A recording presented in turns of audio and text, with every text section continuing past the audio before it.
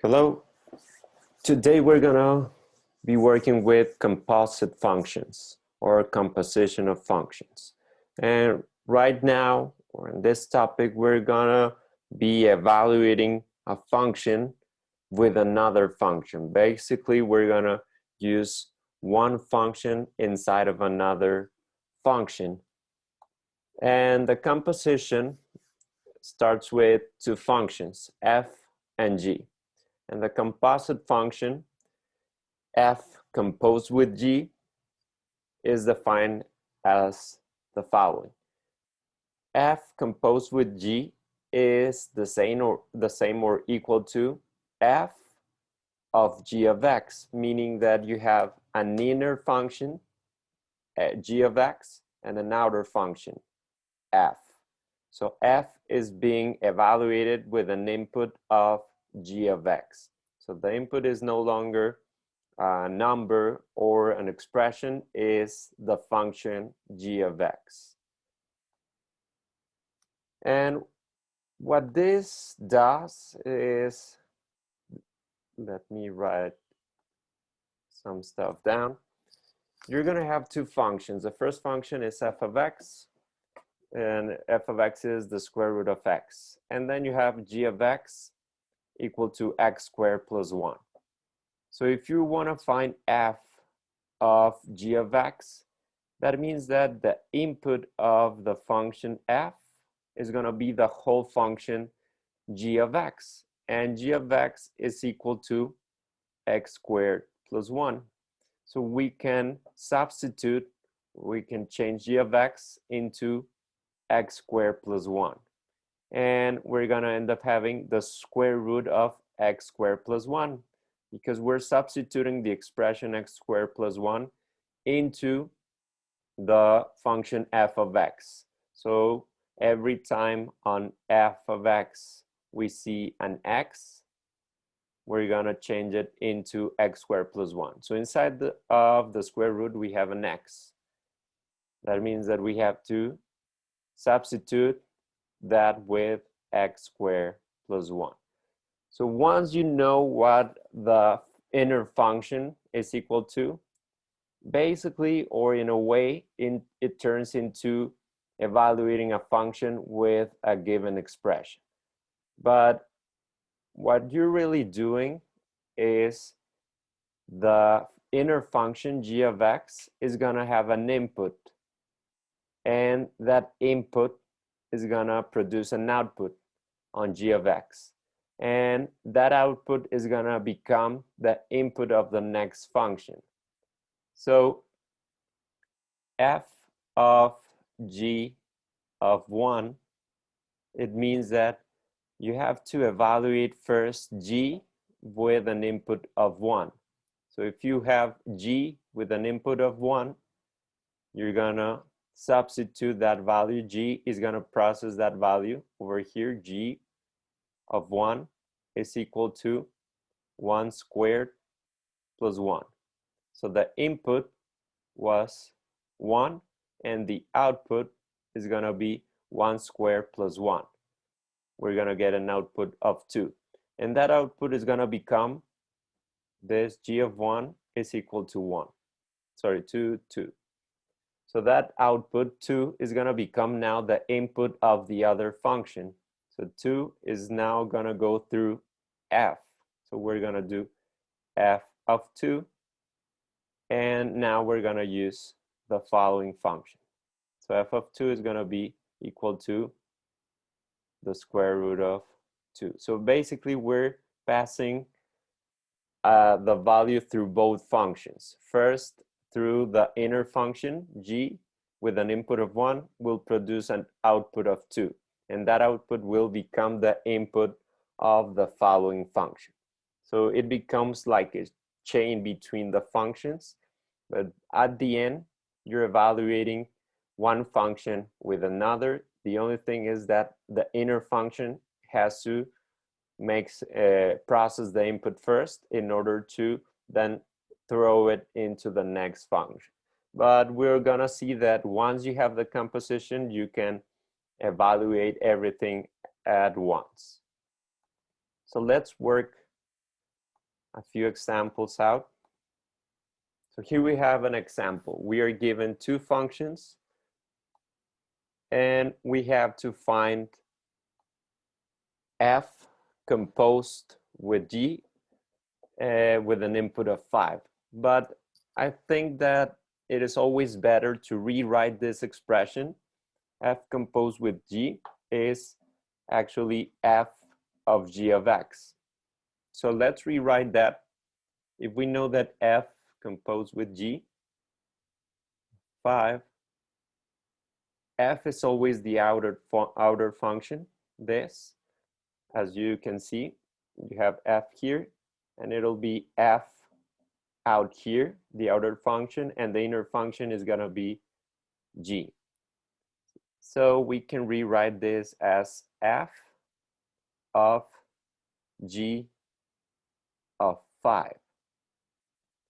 So that's my my recommendation is to always rewrite the operation, the composition, like this. So now you can do it step by step.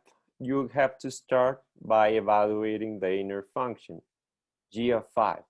So g of 5 is evaluating this function with an input of 5. So we're going to do g of 5 is equal to 5 minus 3. So g of 5 is equal to 2. So that means that now we can substitute g of 5 with this value. So this is gonna become f of 2.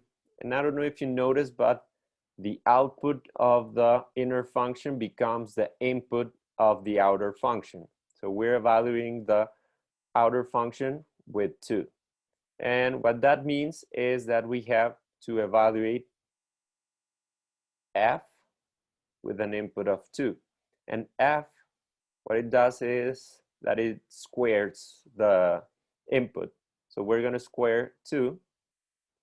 And this is going to be 2 squared. And the output is going to be 4. So at the end, the whole thing is equal to 4. So you can say that f composed with g 5 is equal to 4, or f of g of 5 is equal to 4. Then we're asked to do g composed with f.